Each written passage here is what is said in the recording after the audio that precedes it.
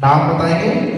मेरा नाम नाम किशनपुरा, गाँव नाम किशनपुरा, रामपुर, पढ़ा पटवा। मेरा वैसे सवाल नहीं है, लेकिन एक मेरे मन में घुसा। मेरे गांव में घटना घटी कल। मेरे गांव की जमीन नेपाल का आदमी खरीदा, गोरखपुर का आदमी खरीदा, 13 आदमी खरीदे और बेचने वाला रामपुर का है और उसको लाने वाला पलामू का मुसीद जी है और नौकरी पेशा में वही लोग खरीदे हैं।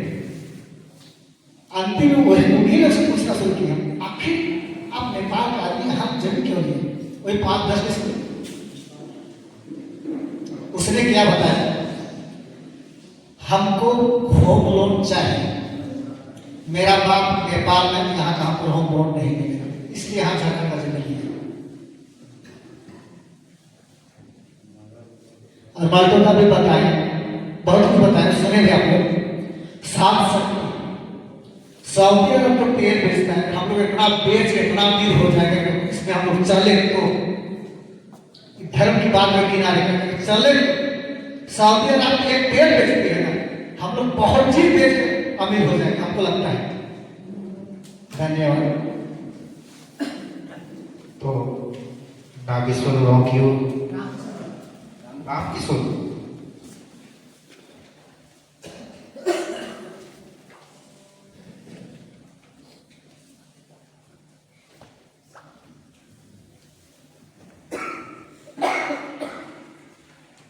एक छोटा सा सवाल, जो हमारे इस क्षेत्र में जो जमीन खरीद बिक्री की मामला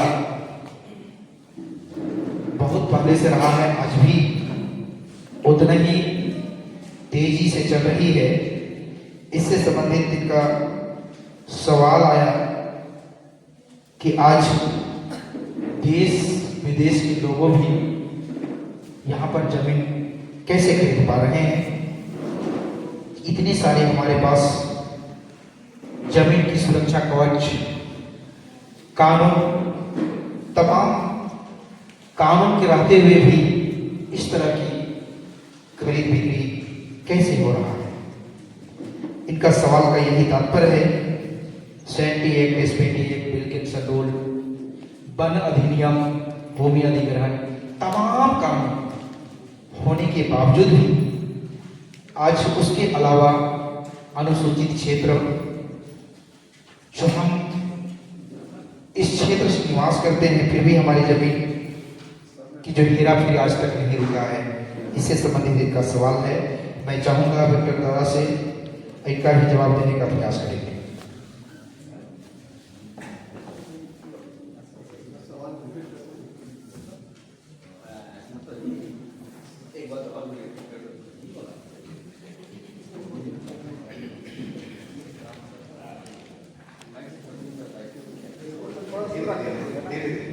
मेरा कहने का मतलब है, इतना संविधान रहते हुए सैंटी एक्ट, एसपीटी एक्ट और एक नेपाल का जमीन खरीदता है, लोहरदगा रामपुर 50-60 पर खरीदा, एक गोरखपुर का खरीदता है, 13 करीब 3 एकड़ जमीन खरीदा है। आखिर कैसे खरीदा? तो से सवाल की पूर्व में इतना ही जवाब दिया कि अगर हम लोग यहाँ से जमीन खरीदते हैं तो हम लोग के लिए होम लोन बनाने के लिए पैसा मिलेगा बैंक से। तो नेपाल से मेरा बाप का जमीन है, गोरखपुर में मेरा बाप का जमीन है। धन्यवाद। देखिए, जब यहाँ ग्राम सभा बनेंगे ना, आदिवासी ग्राम सभा, तो ये हमारा विधायिका है, स्वशासी जिला परिषद जब बनेगा तो डीसी आज हुकुम चलाते हैं ना, प्रोजेक्ट बिल्डिंग से आदेश आता है, डीसी साहब हम लोग पर शासन करते हैं। स्वशासी जिला परिषद जब बनेंगे तो आप विधायिका रहोगे और डीसी आपके चीफ एग्जीक्यूटिव ऑफिसर के साथ काम करेंगे, मुख्य कार्यपालक अधिकारी के साथ काम करेंगे। और नीचे जो आदिवासी ग्राम सभा रहेंगे तो वीडियो लेवल के जो अधिकारी रहेंगे वो आपके निर्देशानुसार काम करेंगे। तभी कहा जाता है ना लोकसभा ना विधानसभा, सबसे ऊंची विधानसभा। तो कार्यपालिका आपके अधीन आ जाएगी। प्रोजेक्ट बिल्डिंग से नहीं चलेगा शासन। शासन छोटा नागपुर प्रमंडल से चलेगा, लोहरदगा से चलेगा। इसमें कहां से आ रहा है धर्म? आ रहा है किसी का माने आता, बल्कि बड़ा बड़ा हम लोग यहाँ हम लोग पूजा स्थल बना देंगे, जत्रा टाप बना देंगे, बड़ा बड़ा हॉल बना देंगे। इन लोग को हम लोग वेतन दे देंगे। जितने पढ़ा व्यवस्था लोग है ना, पढ़ा पूजा सबको वेतन देंगे हम लोग। जैसे दूसरे राज्य में होता है ना, यूपी में क्या हो रहा है, योगी जी 25-25 हजार 30-30 हजार वेतन देते हैं ना, किसी को कार दे देते हैं। तो क्या हमारे परंपरा व्यवस्था लोग ऐसे चलेंगे पैदल बस में? जिन्होंने हमारे सम्मान और हमारे प्रतिष्ठा को बचा के रखा है, क्या आदिवासी ग्राम सभा ट्राइबल सप्लान से गाड़ी मुहैया नहीं करा देगा? हमारी बच्चियां जाती है धूप में, ट्राइबल सप्लान से क्या उसके लिए स्कूटी मुहैया नहीं करा सकता? तो समाधान है, पहले आप बैठक को पहले आप लीजिए। तो ये तब संभव है जब हम राजनीतिक सीमा से बाहर निकलेंगे और धार्मिक सीमा से बाहर निकलेंगे। ठीक है, तो वीडियो और सीओ, डीसी, एसपी आपके निर्देशानुसार काम करेंगे। वो ताकत है पी पैसा। अगर आप पैसा लेंगे तो हो गया नाज। लोहरदगा जिला दंडाधिकारी, क्यों नहीं वहां विरोध किया आप लोगों ने? है ना? कहीं सीटीएट में दंडाधिकारी लिखा है, उपायुक्त लिखा है। क्यों नहीं हमारे मंत्री लोग विरोध किए कि जिला दंडाधिकारी नहीं होगा, उपायुक्त होगा? नहीं किए वहां कि वो हमारे अधिकारों से सौदा कर लिए हैं, नहीं बोलेंगे। आज हमारे एमएलए अपने मंत्री लोग हमें बर्बाद होने के कगार तक पहुंचा दिया है। नहीं बचेंगे।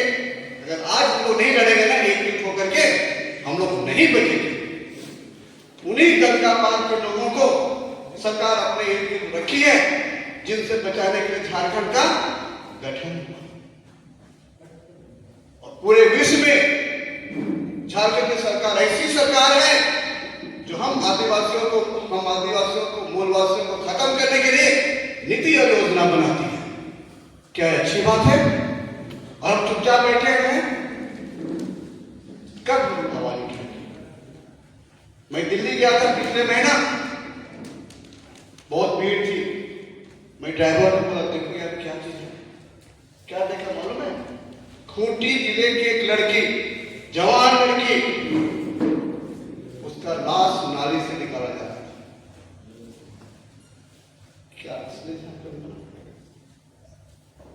हम स्तब्ध रह गए? तो हमारी बेटियां मरने के लिए क्या है? क्यों हम पैसा नहीं लेंगे? हम पैसा लेना चाहिए। हाउस मेरा निवेदन है, ये मौका मत चूकिए। सरकार आदिवासी नहीं है, भले ही हम लोग आदिवासी के नाम से वोट दिए हैं, ये सरकार आदिवासी नहीं है। मेरी आवाज पहुंचा दी जाए।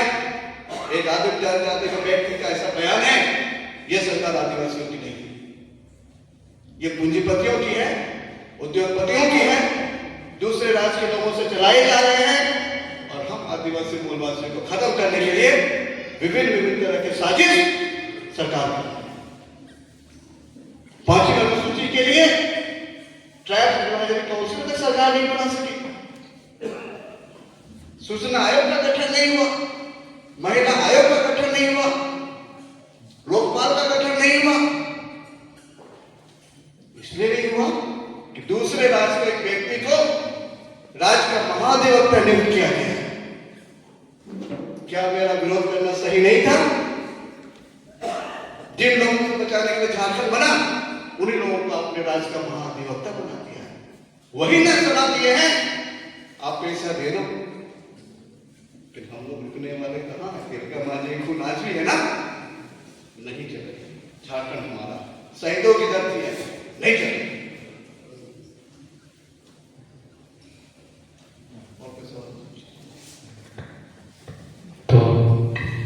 धन्यवाद पुनः।